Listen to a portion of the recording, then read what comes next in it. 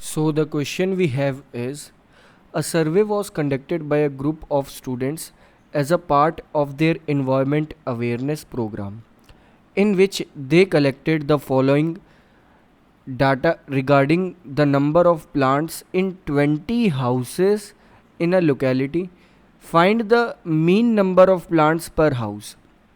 सो यहाँ पर हमें एक तरह से एक डाटा गिवन है, लाइक ये हमारा डाटा है, इसका हमें मीन यहाँ पर कैलकुलेट करना है कि इस डाटा का मीन क्या आता है. सो स्टार्ट करते हैं इसे. लाइक इस डाटा में अगर हम देखें तो हमें कुछ चीज़ें दिखाई देंगी. लाइक ये ऊपर वाली लाइन हमारी क्लास इंटरवल है, ये चीज़ हमें क्लियरली दिखाई दे सकती है. एंड ये हमारी एक तरह से फ्रीक्वेंसी है.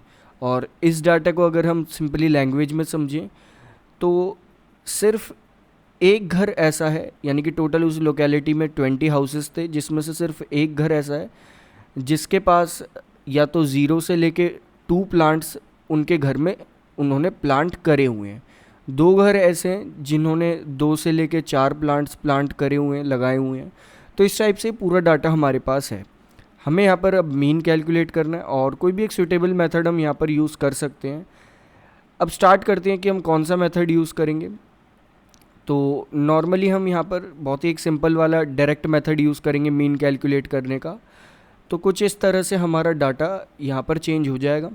नेक्स्ट, अब हमें यहाँ पर एक तरह से अगर हम डायरेक्ट मेथड यूज़ कर रहे हैं मीन कैलकुलेट करने का, तो यहाँ पर हमें एक्स आई कैलकुलेट करना होगा कि एक्स आई क्या आता है. और आप क्लियरली देख के ये बता सकते हैं कि एक्स आई क्या होता है. Just you have to solve, थोड़ा सा सॉल्व करना होगा. लाइक अगर देखें हम कि एक्स आई क्या होता है, तो सिंपली जो एक्स आई होता है, लाइक हम ऊपर लिख लेते हैं, एक्स आई जो होता है वो इक्वल आता है. दैट इज़ आपने जब एक्सप्लेनेशन देखा था तब भी देखा था कि वो इक्वल होता है upper limit plus lower limit divided by 2. यानी कि अपर लिमिट लोअर लिमिट ये क्या होती हैं. लाइक यहाँ अगर आप फर्स्ट क्लास इंटरवल अगर देखें, क्लास इंटरवल में जो लोअर लिमिट है वो है 0 और जो अपर लिमिट है वो है 2. तो upper limit plus lower limit यानी कि 0 + 2 डिवाइडेड बाय 2, ये आ जाएगा आपका 1. तो इस टाइप से हम करेंगे और सारी यहाँ पर वैल्यूज़ लिख देंगे. लाइक 0 + 2 डिवाइडेड बाय 1 यहाँ पर सिंपली 1 हो जाएगा. नेक्स्ट 4 2 6 हो जाएगा और 6 का half 3.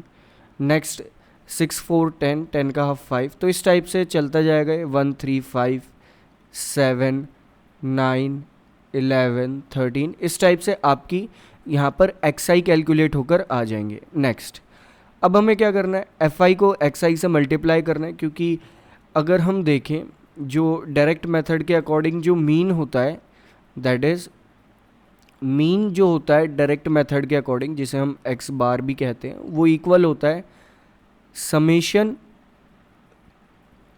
F I x I divided by summation F I. और यहाँ पर अगर हम देखें तो हमें F I x I calculate करना होगा अगर हम उसका सम कैलकुलेट करना चाहते हैं. सो फर्स्ट यहाँ पर सिर्फ मल्टीप्लिकेशन करनी है. तो 1 × 1 यानी कि इन दोनों की मल्टीप्लिकेशन होनी है, एफ आई की और एक्स आई की. तो 1 × 1 यहाँ पर हो जाएगा डायरेक्टली 1. नेक्स्ट 6, इसके बाद 5, next 7 5 35, next 54, next 22 and last 13 3 39. और जब हम इसे पूरे डाटा को सम करेंगे, लाइक 1 + 6 7, इस टाइप से +5 12, इस टाइप से पूरे डाटा को सम करेंगे तो सभी को ऐड करते हुए चलेंगे हम इस टाइप से. तो जो सम है हमारा यहाँ पर वो कैलकुलेट होके आएगा, दैट इज़ 162. अब हमने समेशन एफ आई एक्स आई तो यहाँ कैलकुलेट कर लिया कि वो 162 है, divided by summation F I, यानी कि हमें एफ आई को भी यहाँ पर सम करना होगा. दैट इज़ ये जो फ्रीक्वेंसी है. वैसे अगर देखें क्वेश्चन में सम गिवन ही है हमें कि 20 हाउसेज हैं, लेकिन फिर भी जब आप इन सभी को सम करेंगे इस टाइप से तो वो जो सम है वो 20 के इक्वल आएगा, यानी कि समेशन एफ आई जो है यहाँ पर वो 20 आ जाएगा, that is divided by 20। So direct method का यूज़ करके जो हमारा मीन आता है दैट इज़ एक्स बार, वो यहाँ से कैलकुलेट होगा 160/20 जो कि होगा 8.1। दैट इज़ ये हमारा इस क्वेश्चन के अकॉर्डिंग मीन कैलकुलेट हो जाएगा। हमने कौन सा मेथड यहाँ पर यूज़ करा, हमने डायरेक्ट मेथड यहाँ पर यूज़ करा, जिससे हमारा मीन आ रहा है यहाँ पर 8.1।